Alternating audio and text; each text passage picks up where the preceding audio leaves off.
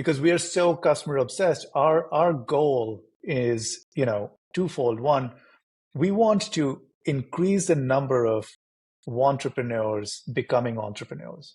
And I don't know if you're familiar with this term, entrepreneur. These are folks who always want to start a business, they want to, but they never actually take that first step. And we want to be the place and the platform that gives them the confidence to take that first step. That's number one. And the second one is reducing the failure rate of new businesses. It's as I suspect you and the listeners on this podcast likely know, a very high percentage of new businesses never make it to the first 12 months, between 20 and 30%. And that number stays relatively high for the next year. After 2 years, it becomes more stable. And we're on a mission to give people the confidence to step into entrepreneurship, but also help them reduce their failure rate. So we see folks coming to us for both reasons. Yeah, there's so many different challenges, whether it be the creation of products, the dealing with all the regulation, whether it's the e-commerce world, creating all these different channels. And I see the business tech stack for the early stage single person really starting to explode. One of the things that I think is interesting is that we've seen the disruption in AI. We all thought it was originally going after blue collar, right? Self-driving cars, robots in manufacturing, and it's been flipped. Instead, it's like, oh God, coders are going to be gone in 5 years. It was funny the other day. I've never coded in my entire life, and I had a website issue that literally I just wanted badges on my website, and I got them for a podcast thing, and they stacked them, one on top of the other. I had 3, and I wanted them to be, horizontal. And I got the HTML code because it said just stick it in the website. And I was like, what if I threw it into ChatGPT? Could you do this for me? It was 5 seconds. And it's like, here's the code to do it this way. It's like, okay, this is a whole new world. I've now done like 2 or 3 times using it for HTML. So it's amazing, this kind of like these superpowers. But then it comes into now we're talking about like these service businesses where, as you said, the plumbers, the carpenters, back to working with their hands, where they now seem to be a lot more insulated from, at least right now. It's really interesting. When we're doing this, the AI having eyes, and I know the open AI, right? It's fixing the bike is the that was fascinating, wasn't it? Yeah.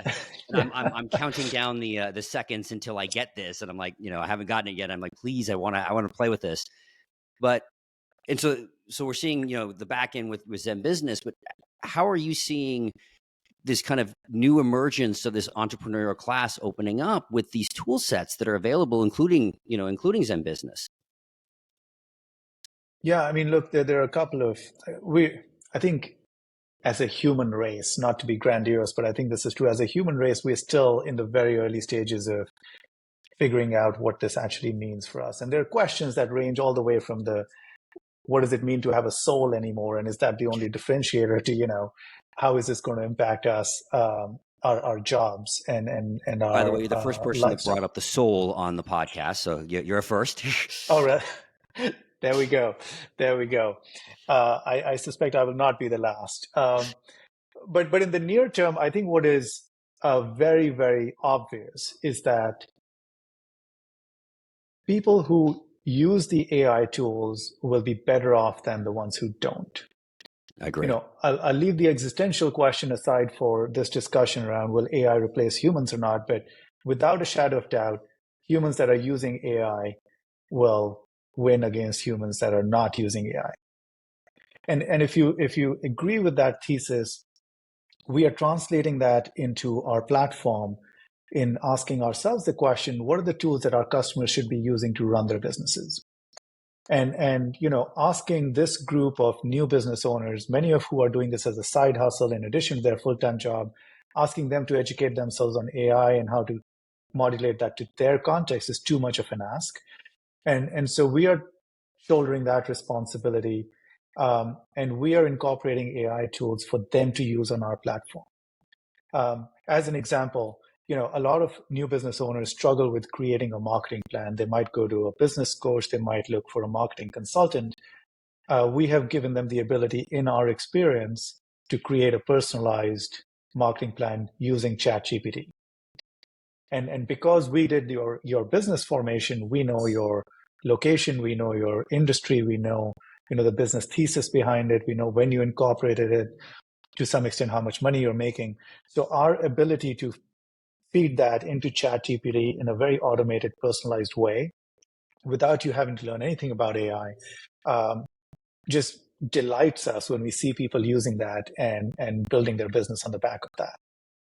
Similar example to your website thing, the other area where we're using this is we have a website builder product, because we believe that, in this day and age, as a new business owner, you have to have a digital presence for customers to find you. We find that, a significant number of our customers never actually build their business website.